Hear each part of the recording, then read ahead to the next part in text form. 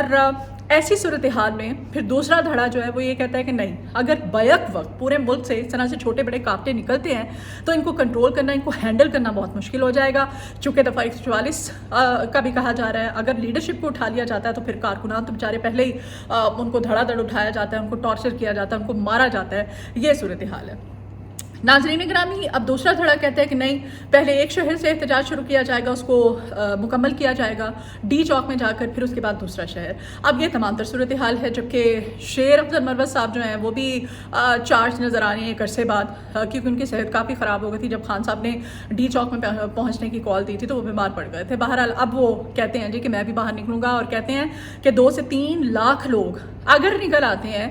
ایک وقت میں تو ہم اس حکومت کو گھر بھیج دیں گے. اس طرح کی باتیں کی جا رہی ہیں. بہرحال ابھی یہ جو وقت جس نے ملنے کی اور خان صاحب کی جو پیغام ہے ان سے بات کرنے کی کوشش کی, تو حکومت کی طرف سے ان کو اس طرح سے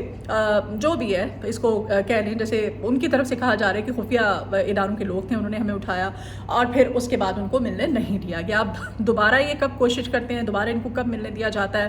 یہ تو آئندہ آنے والا وقت ہی بتائے گا. دوسری جانب میاں محمد نواز شریف صاحب جو ہیں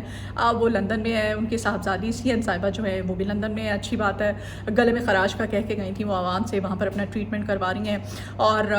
مریم نواز شریف صاحبہ کے ساتھ چونکہ ایک وقت ہے جب وہ جنیوا گئی تھیں سوئٹزرلینڈ کے اندر, تو وہاں پر انہوں نے کہا جا رہا ہے کہ جن ہوٹلس میں اسٹے کیا ہے,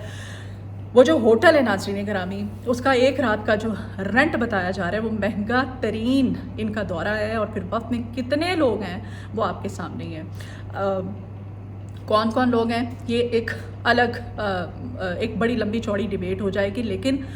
جو ایک رات کا اس ہوٹل کا جس میں اسٹے کیا مریم نواز شریف صاحبہ نے, اور اس وقت میں اس ہوٹل کا کرایہ جو ہے وہ بتایا جا رہا ہے کہ 15 سے 20 لاکھ روپے بنتا ہے, یعنی کہ $5,500 بنتے ہیں جو پے کیا گیا ہے. اب یہ ان کا جو وہاں پر اسٹے تھا, اس اسٹے میں, اور پھر مریم نواز شریف صاحبہ جو ہیں ان کے اگر صرف ایک جو جوڑا ہے اس کی ہم بات کریں تو وہ جوڑا بتایا جا رہا ہے کہ وہ تقریباً اگر پاکستانی روپوں کی ہم بات کریں تو وہ 2.5 کروڑ کے قریب وہ جوڑا بنتا ہے جو مریم نواز شریف صاحبہ نے پہنا تھا. یعنی کہ اب وہ $71,000 کا وہ سوٹ تھا جو انہوں نے پہنا. اور پھر میاں محمد نواز شریف صاحب جو ہیں وہ وہاں پر لندن میں رہتے ہوئے وہ کہتے ہیں کہ پاکستان تحریک انصاف کے کارکنان نہیں ہیں وہاں پہ, یہ وہ پاکستانی ہے. ضرور پاکستان تحریک انصاف کے ساتھ ان کی افیلیشن ہو سکتی ہے, عمران خان کے ساتھ ان کی افیلیشن ہو سکتی ہے, لیکن وہ بیسیکلی اوورسیز پاکستانی ہیں, وہ وہاں پر موجود ہیں. جو اوورسیز ہوتے ہیں, مجھ میں, آپ میں, ہم میں وطن سے محبت کا جذبہ تو ہے, لیکن جو اوورسیز ہوتے ہیں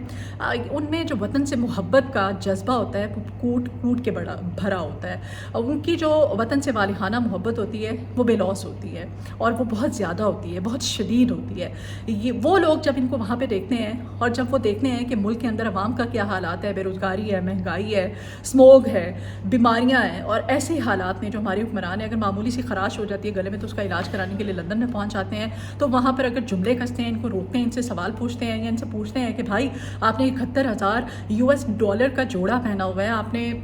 یا کوئی بھی سوال ان سے کرتے ہیں, تو پھر آپ ان پہ تنقید کیوں کرتے ہیں. میاں محمد نواز شریف صاحب جو ہیں آج انہوں نے اور ان کی صاحبزادی نے جب وہاں پر میڈیا کے جو نمائندے تھے ان سے بات کی, تو وہاں پر ان سے بات کرتے ہیں انہوں نے کہا جی کہ عمران خان نے یہ کلچر جو ہے گالی کا, اور جو نوجوان ہیں ان کو گاڑیوں کے پیچھے لگنا, بھاگنا سکھایا, انڈر ٹماٹر مارنا سکھایا, یہ عمران خان نے بدتمیزی کا کلچر جو ہے وہ نوجوانوں کو دیا ہے. بہرحال وہاں کے جو اوورسیز ہیں وہاں پہ ان کے حوالے سے اگر کہا جائے تو ان کے وطن سے محبت ہے, جو وہ سوال کرتے ہیں, جب وہ پوچھتے ہیں, اگر وہ انڈے اور ٹماٹر مارتے تو یہ غلط حرکت ہے, ایسا نہیں کرنا چاہیے, لیکن سوال کرنا بہرحال ان کا حق ہے. اگر ان کو وہاں پہ ان چیزوں کا سامنا کرنا پڑتا ہے تو پھر میاں محمد نواز شریف صاحب نے بہرحال اس تمام تر معاملے پر کافی زیادہ اپنا احتجاج ریکارڈ کرایا, انہیں دل کی بھڑاس نکالی ہے. اور مریم نواز شریف صاحبہ سے وہاں پر موجود صحافیوں کی جانب سے جب پوچھا گیا انہوں نے کہا کہ اسموک ملک میں اس وقت جو صورتحال ہے اس بارے میں آپ کیا کہیں، تو کہتی ہے بہت پرانا مسئلہ ہے، یہ 1-2 سال پرانا مسئلہ نہیں، یہ بڑا پرانا مسئلہ ہے۔ 6 سال سے ملک جو ہے وہ رکا ہوا تھا، 6 سال بعد ملک پہ بہت زیادہ ترقی ہو رہی ہے، اور آئندہ آنے والے چند سالوں میں ہم اسموک پہ بھی قابو پا لیں گے اور ملک جو ہے وہ ترقی، ملک کو بحرانوں سے ہم نکال لیں گے۔ اچھی بات ہے، اور ہم بھی یہی چاہتے ہیں کہ ملک بحرانوں سے نکل آئے۔ خیر، دوسری جانب جب ایک صحافی نے ان سے سوال کیا وہاں پر موجود ایئر لائن کے حوالے سے، قومی ایئر لائن کے PIA کے حوالے سے، تو مریم نواز شریف صاحبہ جو ہے اب قومی ایئر لائن کو صوبائی ایئر لائن بنانا چاہتی ہوں۔ وہ کہتی ہیں ہاں جی میں چاہتی ہوں کہ پنجاب ایئر لائن بن جائے، اور کوشش بھی کر رہے ہیں۔ جبکہ دوسری جانب خیبر پختونخوا جو ہے انہوں نے آج دوسرا خط لکھا ہے عبدالعلیم صاحب کو، انہوں نے کہا ہے کہ بھائی پہلے خط کا تو جواب نہیں دیا، دوسرے خط کا جواب دے دو کہ یہ قومی ایئر لائن کا کرنا کیا ہے، اس بولی میں ہم بھی فریق بننا چاہتے ہیں، جو بولیاں لگائی جانی ہیں PIA کی اس پہ ہمیں فریق بننے دو۔ عبدالعلیم خان صاحب، کیونکہ انسٹرکشنز اوپر سے ہیں، حکومت کی جانب سے ہر ہتھ کنڈا استعمال کیا جا رہا ہے کہ کسی بھی طرح سے KP کی حکومت کو اس میں انوالو نہ ہونے دیا جائے، جبکہ پنجاب جو ہے مریم نواز شریف صاحب سے CM صاحبہ ہماری جو ہے وہ قومی ایئر لائن کو خریدنے میں بڑی دلچسپی رکھتی ہیں، وہ چاہتی بھی ہیں کہ اس کو وہ پنجاب ایئر لائن بنا دے۔ یہ تمام تر صورتحال ہے، اور یہ مہنگا ترین جو ان کا دورہ ہے لندن کا، اور آج وہاں پر مولانا فضل الرحمان صاحب بھی پہنچنے والے ہیں، اور وہاں پر ایک بڑی بیٹھک ہو رہی ہے۔ مولانا جو ہے